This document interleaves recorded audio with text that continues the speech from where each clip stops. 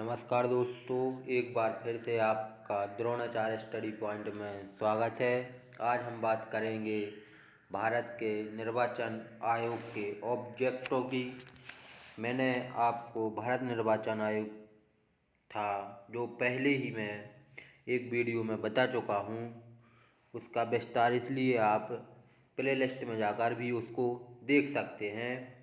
यदि आप लोगों ने अभी तक हमारे चैनल को सब्सक्राइब नहीं किया हो तो सब्सक्राइब भी ज़रूर कर लें, क्योंकि आपको इसमें MPPSC 2020-21 के लिए इम्पोर्टेंट आयोग प्रोवाइड कराए जाएंगे और MP GK के भी कुछ महत्वपूर्ण क्वेश्चन दिए जाएंगे। इसलिए चलिए बात करते हैं भारत के निर्वाचन आयोग के ऑब्जेक्टों की, जो मैं इस वीडियो में आपको बताऊंगा। यदि आप लोगों को कुछ लग रहा हो कि अच्छा नहीं है तो कमेंट में ज़रूर बताएं, मैं उनको सुधारने की भी कोशिश करूंगा। चलिए दोस्तों शुरू करते हैं। भारतीय संविधान के किस भाग में निर्वाचन आयोग व्यवस्था की गई है? तो बात करते हैं भाग 15 में निर्वाचन आयोग की व्यवस्था की गई है। इसका सही आंसर होगा बी, भाग 15 में निर्वाचन आयोग की व्यवस्था की गई है। मैं एक बात और बता दे रहा हूँ, मैंने जो पिछली वीडियो बनाई थी उसमें मैं भारत निर्वाचन आयोग बता चुका हूँ पूरा विस्तार से PDF के द्वारा, इसलिए आप उसे भी देख सकते हैं। अगला देखते हैं, भारतीय संविधान के किन अनुच्छेदों के तहत आयोग की व्यवस्था की गई है? तो किन अनुच्छेदों के तहत की गई है दोस्तों? तो बात करते हैं अनुच्छेद 324 में और 329 तक इसकी व्यवस्था की गई है। अनुच्छेद 324 से 329 तक भारतीय संविधान के अनुच्छेदों में भारतीय निर्वाचन आयोग की व्यवस्था की गई है।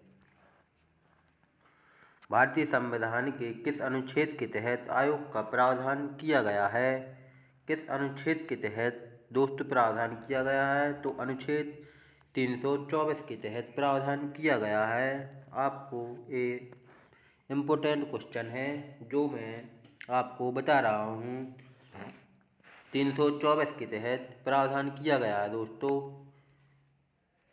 भारत के निर्वाचन आयुक्त की पदावधि कितनी होती है? तो 6 वर्ष या 65 वर्ष की इसकी पदावधि होती है। 6 वर्ष या 65 वर्ष की पदावधि होती है। आप इन ऑब्जेक्टों को पढ़ भी सकते हैं पूरा, मैं आपको डायरेक्टली आंसर ही बताऊंगा, क्योंकि मैं चाहता हूं कि आपका टाइम भी बचे और मेरा टाइम भी। मैं अपना 3 साल का एक्सपीरियंस MPPSC के बारे में बता रहा हूँ, प्री के बारे में जो मेरे पास है। इससे 7 या 8 क्वेश्चन जरूर आएंगे आयोग के द्वारा, क्योंकि ये नया अभी जोड़ा गया है।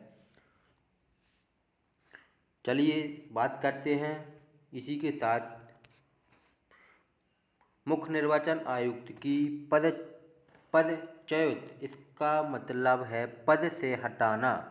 किसके द्वारा हटाया जा सकता है? तो संसद के दोनों सदनों द्वारा या सिद्ध कदाचार के द्वारा आधार पर इसे हटाया जा सकता है। सांसद के मुख्य सदनों द्वारा या फिर इसे कदाचार के द्वारा भी हटाया जा सकता है। मुख्य भारत निर्वाचन आयोग को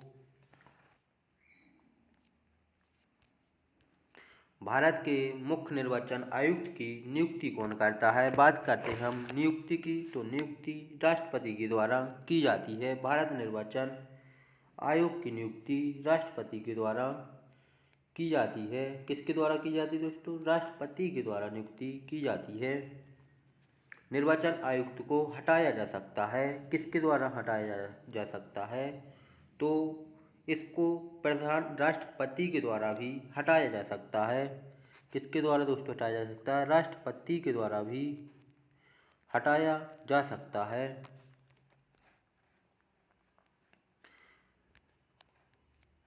मुख्य चुनाव आयुक्त को पदच्युत किया जाता है।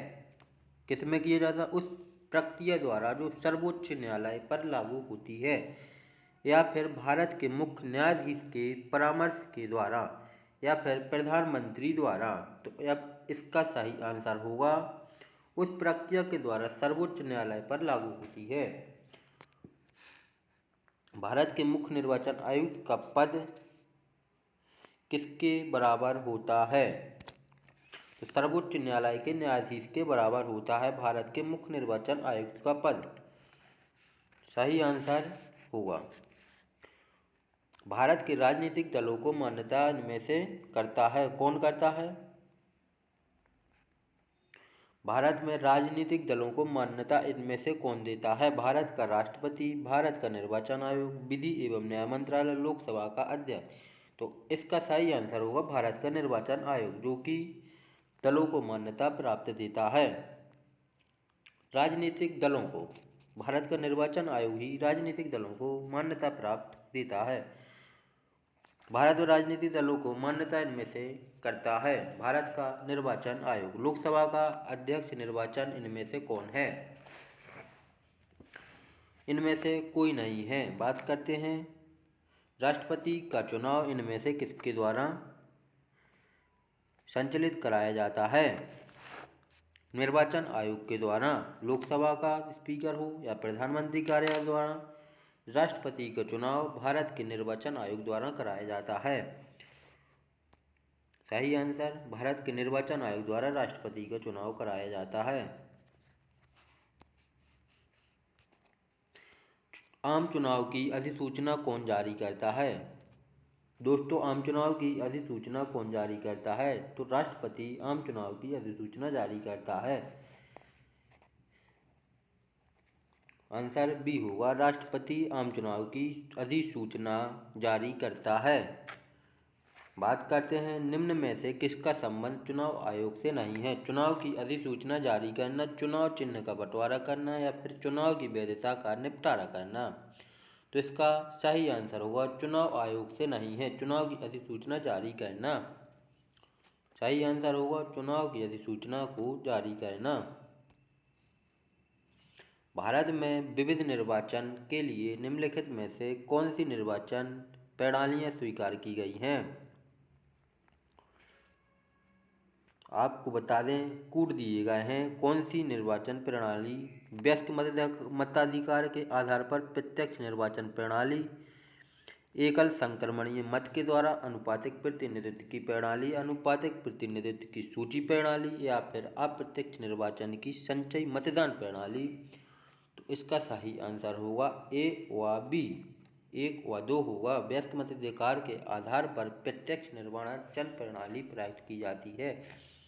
एकल संक्रमणीय मत के द्वारा अनुपातिक प्रतिनिधित्व की प्रणाली भी की जाती है।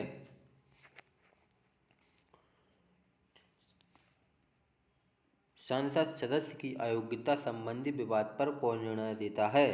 संसद की सदस्यों की अयोग्यता पर कौन निर्णय देता है? तो इसका भी द आंसर होगा, यानी भारत का निर्वाचन आयोग। कौन? भारत का निर्वाचन आयोग ही सदस्यों की विवाद पर निर्णय देता है।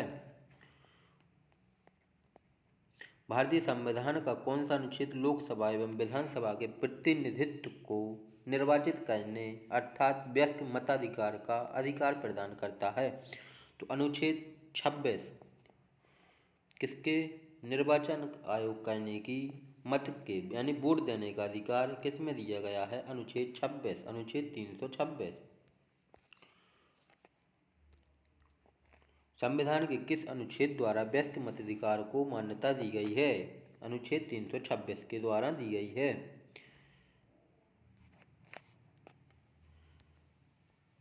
निर्वाचन नामावली तैयार करना इनमें से किसके कार्यक्षेत्र में आता है? तो चुनाव आयोग। सही आंसर चुनाव आयोग होगा। राजनीतिक दलों को मान्यता प्रदान करना किसके कार्य में आता है? निर्वाचन आयोग के कार्य द्वारा ही राजनीतिक दलों को मान्यता प्राप्त की जाती है। मुख्य निर्वाचन आयुक्त इनमें से किस संस्थाओं का प्रमुख होता है? निर्वाचन आयोग। मुख्य निर्वाचन आयुक्त इनमें से किस संस्थाओं का प्रमुख होता है? तो बात करते हैं निर्वाचन आयोग का।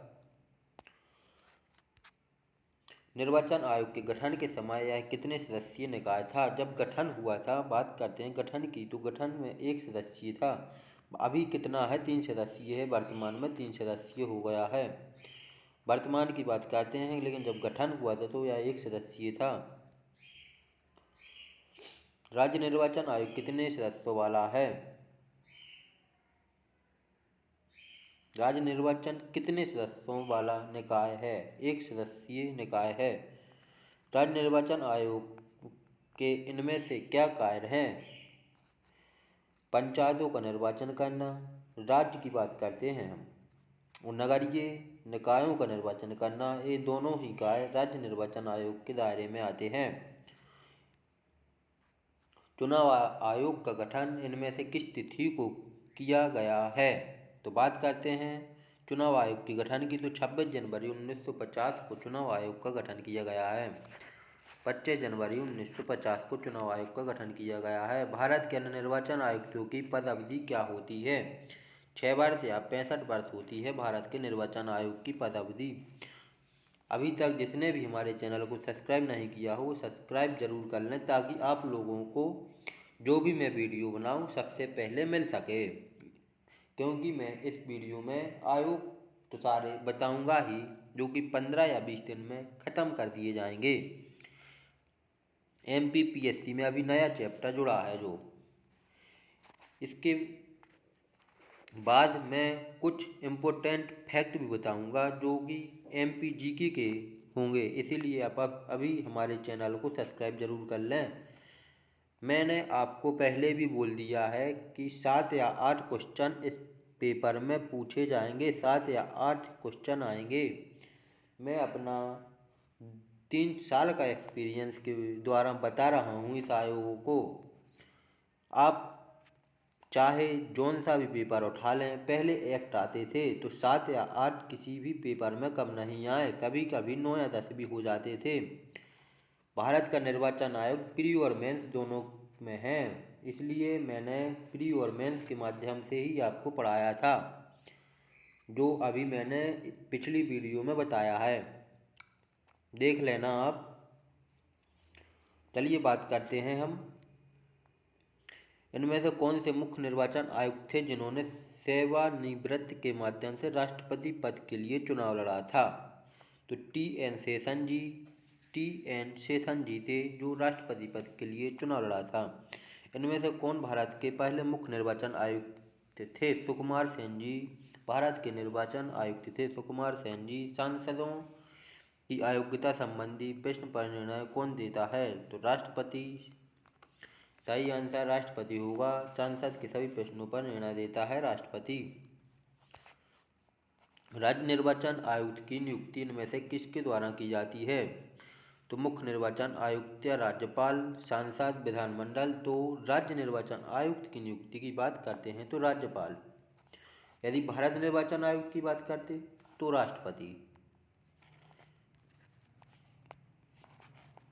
राजनीतिक दलों को चुनाव चिन्ह इनमें से किसके द्वारा वितरित या प्रदान किया जाता है? निर्वाचन आयोग भारत सरकार के द्वारा। राजनीतिक दलों को चुनाव चिन्ह इनमें से किनके द्वारा वितरित या प्रदान किया जाता है? निर्वाचन आयोग या भारत सरकार के द्वारा।